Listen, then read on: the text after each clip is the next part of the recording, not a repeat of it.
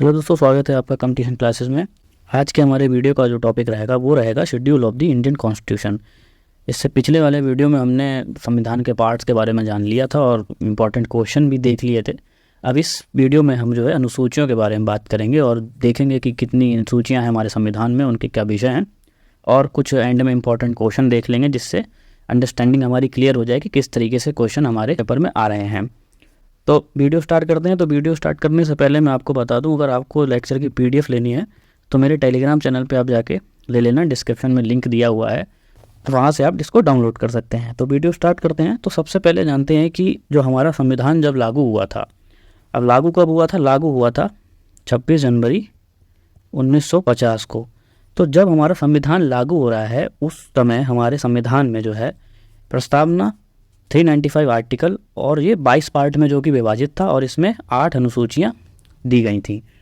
But क्या हुआ कि जैसे जैसे समय बीता तो समय बीतने के साथ साथ जो है इसमें संशोधन हुए, ज़रूरतों के हिसाब से संशोधन किए गए। संशोधन होने के बाद इसमें कुछ नए पार्ट भी जुड़े, नए आर्टिकल भी जुड़े और कुछ अनुसूचियाँ भी जुड़ गई हैं। तो वर्तमान में जो है इसमें एक प्रस्तावना दी गई है। प्रस्तावना के साथ इसमें आर्टिकल जो हैं 470 हो गए हैं। अब उसके बाद जो है इसमें 25 विभाग हो गए हैं और अनुसूचियाँ जो है 12 हो गई हैं। यानी कि पहले अनुसूची 8 थी, अब जो है 12 हो गई हैं। ये जो बाद में जो 4 अनुसूचियाँ जोड़ी हैं, यानी कि 9, 10, 11 और 12, जो 4 अनुसूची हैं जो संविधान में संशोधन करके जोड़ी गई हैं। तो कौन कौन से संशोधन हुए? तो जो 9वीं अनुसूची जोड़ी गई है, तो पहला जो संशोधन हुआ है 1951 में, उसके द्वारा जोड़ी गई है। फिर जब 10th शेड्यूल की अगर हम बात कर रहे हैं तो ये 52nd अमेंडमेंट एक्ट हुआ था 1985 में, जो कि एंटी डिफेक्शन लॉ के बारे में आगे हम बात करेंगे। और जो 11th शेड्यूल जो जोड़ा गया है वो 73rd अमेंडमेंट एक्ट ऑफ 1992, यानी कि जो पंचायती राज से जुड़ा जो संशोधन है। 12वीं अनुसूची की बात करते हैं तो ये 74th अमेंडमेंट के द्वारा जोड़ी गई, जो कि म्यूनिसिपैलिटीज़ से संबंधित है। 74th अमेंडमेंट, तो उन्होंने जो है 12वीं अनुसूची इसमें जोड़ दी है। तो ये तो हमने इसका इतिहास जान लिया कि 8 से 12 जो हैं विभिन्न संशोधन हुए हैं उसके द्वारा हुई है। अब हम सीधे समझते हैं कि इसमें विषय क्या क्या दिए गए हैं। तो सबसे पहले देखते हैं, तो शेड्यूल 1 की बात करते हैं। तो शेड्यूल 1 में जो है नेम ऑफ द स्टेट्स, यानी कि राज्यों के नाम के बारे में बताया गया है और उनके न्यायिक क्षेत्र के बारे में बात करी है। फिर इसमें एक और प्रोविजन दिया हुआ है, वो दिया है जो संघ राज्य क्षेत्र हैं उनके नाम भी दिए गए हैं और उनकी सीमाओं का निर्धारण भी इसी अनुसूची में किया गया है। फिर अगर दूसरी अनुसूची की तरफ हम बढ़ते हैं तो दूसरी अनुसूची जो है भत्ते विशेषाधिकार के बारे में बात करती है। अब वो विशेषाधिकार किसको दे रही है? तो विशेषाधिकार दे रही है हमारे भारत के राष्ट्रपति को, राज्यों के गवर्नर्स को दे रही है, उसके बाद जो स्पीकर ऑफ लोकसभा हैं, डिप्टी स्पीकर ऑफ लोकसभा हैं, उनको दे रही है, चेयरमैन ऑफ राज्यसभा और डिप्टी चेयरमैन ऑफ राज्यसभा के बारे में ये बात कर रही है। उसके बाद जो है वो लेजिस्लेटिव काउंसिल्स में जो बैठते हैं, यानी कि जो राज्य की विधान परिषदों में बैठते हैं, उनके बारे में बात कर रहे हैं, और जो विधानसभाओं में जो भी स्पीकर बैठते हैं उनके विशेषाधिकारों की बात चल रही है यहाँ पे। फिर इसमें सुप्रीम कोर्ट के जज आ जाएंगे और हाई कोर्ट के जज आ जाएंगे और कैग आ जाएगा, यानी कि नियंत्रक एवं महालेखा परीक्षक। फिर अनुसूची 3 की बात करें तो अनुसूची 3 में जो है वो शपथ की बात करता है। तो किन की शपथ की बात कर रहा है? तो इसमें यूनियन मिनिस्टर ऑफ इंडिया के बारे में बात कर रहा है, जो संघ के मंत्री होते हैं। उसके बाद पार्लियामेंट्री इलेक्शंस कैंडिडेट, जो भी संसद के लिए जो निर्वाचित सदस्य होते हैं, उनके लिए जो है एक ओथ की बात करता है। फिर इसके बाद members of parliament, supreme court के जज इसमें आ जाएंगे, कैग के बारे में बताता है, स्टेट मिनिस्टर के बारे में, स्टेट लेजिस्लेटर, उसके बाद जो है लेजिस्लेचर मेंबर्स के बारे में, फिर उसके बाद हाई कोर्ट के जजेस के बारे में ये बात करता है। अनुसूची 4 क्या करती है? तो अनुसूची 4 वो राज्यों और केंद्र शासित प्रदेश में राज्यसभा की सीटों का बंटवारा करता है कि किस तरीके से राज्यसभा की सीटों का बंटवारा किया जाएगा, वो ये अनुसूची 4 हमको बताती है। अनुसूची 5 जो है वो अनुसूचित जाति और जनजातीय क्षेत्रों के प्रशासन के बारे में बात करती है कि किस तरीके से उनका प्रशासन चलेगा, क्या क्या उसमें प्रावधान दिए जाएंगे। तो यहाँ पे अनुसूची 5 का संबंध हो गया अनुसूचित जाति और जनजातीय क्षेत्रों से। तो आगे बढ़ें तो अनुसूची 6 आती है। तो ये जो है 4 ट्राइबल एरियाज़ के बारे में बात कर रहा है, जिसमें आता है आसाम, मेघालय, त्रिपुरा एंड मिजोरम। बहुत इंपॉर्टेंट है, अगर एग्जाम में कई बार ऐसे क्वेश्चन आ गए हैं कि अनुसूची 6 में शामिल कौन कौन से राज्य नहीं है, तो आपको ध्यान रखना पड़ेगा। इसमें आसाम आ जाएगा, मेघालय, त्रिपुरा और मिजोरम की बात कर रहा है, जो कि अनुसूची 6 से संबंधित है। अनुसूची 7 की अगर हम बात करते हैं तो ये शक्तियों के विभाजन से संबंधित है, यानी कि स्टेट लिस्ट, यूनियन लिस्ट और कंकरन लिस्ट के बारे में ये बात करता है। ये शक्ति का विभाजन कैसे होगा, केंद्र सरकार किस पे न्याय बना पाएगी और राज्य सरकार किस पे कानून बना पाएगी। तो इन दोनों का जो विभाजन होता है वो शेड्यूल 7 यानी कि जो अनुसूची 7 के द्वारा जो है ये निर्धारित किया जाता है। तो आपको बता दूं जो इसमें यूनियन लिस्ट यानी कि जो संघ सूची दी गई है उसमें मूल रूप से 97 सब्जेक्ट्स थे, बट अभी जो है वो 98 सब्जेक्ट्स इसमें दिए गए हैं। राज्य सूची की बात करते हैं तो राज्य सूची में जो है मूल रूप से इसमें 66 सब्जेक्ट दिए थे, बट अभी जो है 59 सब्जेक्ट हो गए हैं। वहीं अगर हम कंकरेंट लिस्ट को देखें तो इसमें मूल रूप से 47 सब्जेक्ट्स थे, अब इसको बढ़ा के 52 सब्जेक्ट्स कर दिया गया है। तो यहाँ पे बात होगी शक्तियों के विभाजन की। अब अगर हम अनुसूची 8 देखते हैं तो ये ऑफिशियल लैंग्वेज के बारे में बात करता है, जो कि 22 लैंग्वेजेस हैं संविधान में दी गई हैं। कौन कौन सी लैंग्वेज हैं?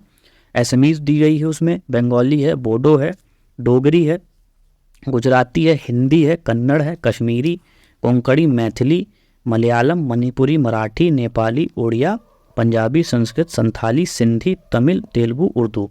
तो अगर हम आगे बढ़ें तो अब हम अनुसूची 9 के बारे में समझते हैं। तो अनुसूची 9 को जो है वो पहले संविधान संशोधन अधिनियम के द्वारा जोड़ा गया था, जो कि 1951 में हुआ है। तो ये भूमि सुधारों के बारे में बात करता है और जमींदारी जो प्रथा चलती थी उसके एबोलिशन के बारे में बात करता है। अनुसूची 10 जो है वो एंटी डिफेक्शन लॉ से संबंधित है, यानी कि जो मेंबर ऑफ पार्लियामेंट हैं और जो स्टेट लेजिस्लेचर के सदस्य हैं उनकी अयोग्यताओं के बारे में ये बात करता है। तो एंटी डिफेक्शन लॉ अनुसूची 10 से संबंधित है। अब अनुसूची 11 देखते हैं तो ये मोस्ट इंपॉर्टेंट जो पंचायती राज सिस्टम है, जो अक्सर हमारे एग्जाम्स में आते हैं क्वेश्चन, तो ये उससे संबंधित है। और ये कब आया था? ये आया था 73rd अमेंडमेंट जो एक्ट हुआ था 1992 में, उसके द्वारा ये अनुसूची जोड़ी गई है। और इसमें सब्जेक्ट्स दिए हैं 29 सब्जेक्ट, जो कि पंचायती राज सिस्टम से संबंधित हैं। इसके बाद आती है अनुसूची 12। अनुसूची 12 भी जो है वो म्यूनसिपैलिटीज़ के बारे में बात करती है। ये भी जो है 1992 में जोड़ी गई थी, जो कि 74th अमेंडमेंट जो हुआ था उसके द्वारा ये जोड़ी गई है 1992 में। तो यहाँ पे हमने सारी अनुसूचियों के बारे में जान लिया है 1 से लेकर 12 तक, और ये भी जान लिया कि ये कब जुड़ी हैं और इनमें क्या प्रावधान है। तो अब हम इसके क्वेश्चन समझते हैं। तो सबसे पहला जो क्वेश्चन है वो ये कह रहा है कि how many subjects are there in the 11th schedule of the constitution of India, यानी कि जो 11वीं अनुसूची में जो है कितने विषय दिए गए हैं। तो हमको पता है 11वीं अनुसूची जो है वो पंचायती राज से संबंधित है, जो कि 73rd अमेंडमेंट एक्ट के द्वारा जोड़ी गई है, जो 1992 में हुआ था। अब इसमें कितने सब्जेक्ट्स हैं? तो इसमें सब्जेक्ट हैं 29। तो यहाँ पे सी ऑप्शन हमारा सही हो जाएगा। अभी हमने पिछली साइड में पढ़ा है कि अनुसूची 11 में जो पंचायती राज से संबंधित है। अब अगला क्वेश्चन हम देखें तो अगला क्वेश्चन कह रहा है कि which one of the following pairs is not correctly matched, यानी कि इसमें से कौन सा जो सब्जेक्ट है, शेड्यूल है, वो सही तरीके से मैच नहीं की गई है।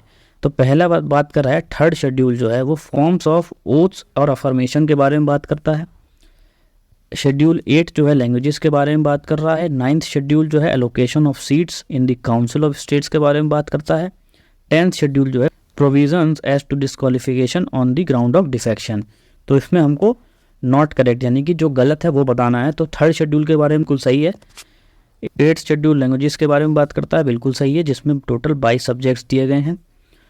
फिर 10th शेड्यूल की बात करते हैं जो एंटी डिफेक्शन लॉ से संबंधित है, जो कि 52nd अमेंडमेंट एक्ट के द्वारा जोड़ा गया है। तो यहाँ पे जो गलत ऑप्शन जो होगा वो होगा 9th शेड्यूल, यानी कि 9th शेड्यूल में seats of allocation of seats नहीं है, वो दिया गया है 4th शेड्यूल में।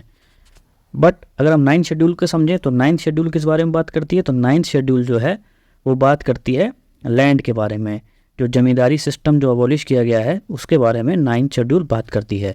तो यहाँ पे हमारा सही ऑप्शन यहाँ पे हो जाएगा ऑप्शन नंबर सी। अब नेक्स्ट क्वेश्चन देखते हैं। तो नेक्स्ट क्वेश्चन कह रहा है कि schedule 7 of the Indian constitution deals with, यानी कि भारतीय संविधान की जो 7वीं अनुसूची है उसका संबंध किससे दिया गया है? तो पहला ऑप्शन दिया गया है स्टेट्स एंड यूनियन टेरिटरीज़ के बारे में। दूसरा division of power into 3 list. तीसरा कह रहा है प्रेसिडेंशियल इलेक्शन के बारे में। चौथा है न्यायिक समीक्षा से परे कार्य। तो यहाँ पे हम जान रहे हैं कि स्टेट्स एंड यूनियन टेरिटरी की बात कहाँ करी गई? पहले शेड्यूल में की गई है। तो ये तो हमारा ऑप्शन नहीं होने वाला है। बट अगर हम सही ऑप्शन की बात करते हैं division of power into 3 list, यानी कि जो 7th शेड्यूल है वो ये बात करता है। इसमें कितनी लिस्ट दी गई? 3 लिस्ट दी गई, यूनियन लिस्ट, स्टेट लिस्ट और कंकरेंट लिस्ट जो है इसमें दी गई हैं। अब अगला क्वेश्चन अगर देखें तो अगला क्वेश्चन कह रहा है कि which among of the following language is not there in the 8th schedule of the constitution of India.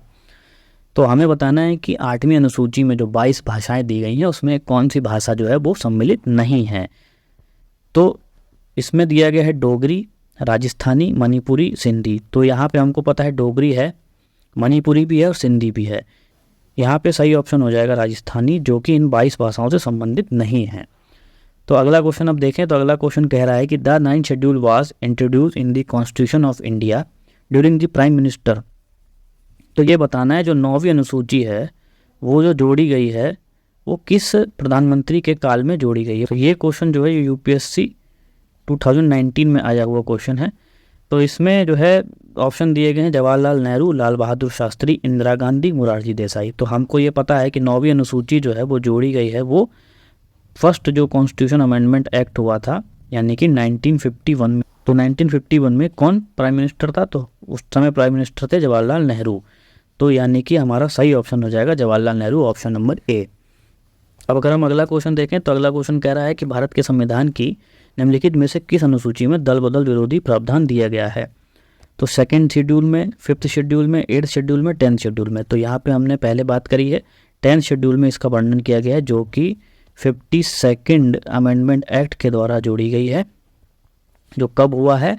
जो कि हुआ है 1985 में। ठीक है, तो यहाँ पे हमने सारी इन्फॉर्मेशन शेड्यूल्स के बारे में जान ली और जो भी क्वेश्चन आए हुए हैं प्रीवियस ईयर में वो सब देख लिए हैं, जिससे आपको एक आइडिया लग चुका होगा कि किस तरीके से क्वेश्चन एग्जाम में पूछता है। तो अगर वीडियो आपको अच्छा लगा हो तो लाइक करें, शेयर करें और सब्सक्राइब करें चैनल को। और इसकी PDF जो है टेलीग्राम चैनल पर जाके मेरे ले लेना, ये मैंने लिंक दिया हुआ है, डिस्क्रिप्शन में भी है। और अगर वीडियो अच्छा लगा हो तो सब्सक्राइब जरूर करें। Thank you so much, bye.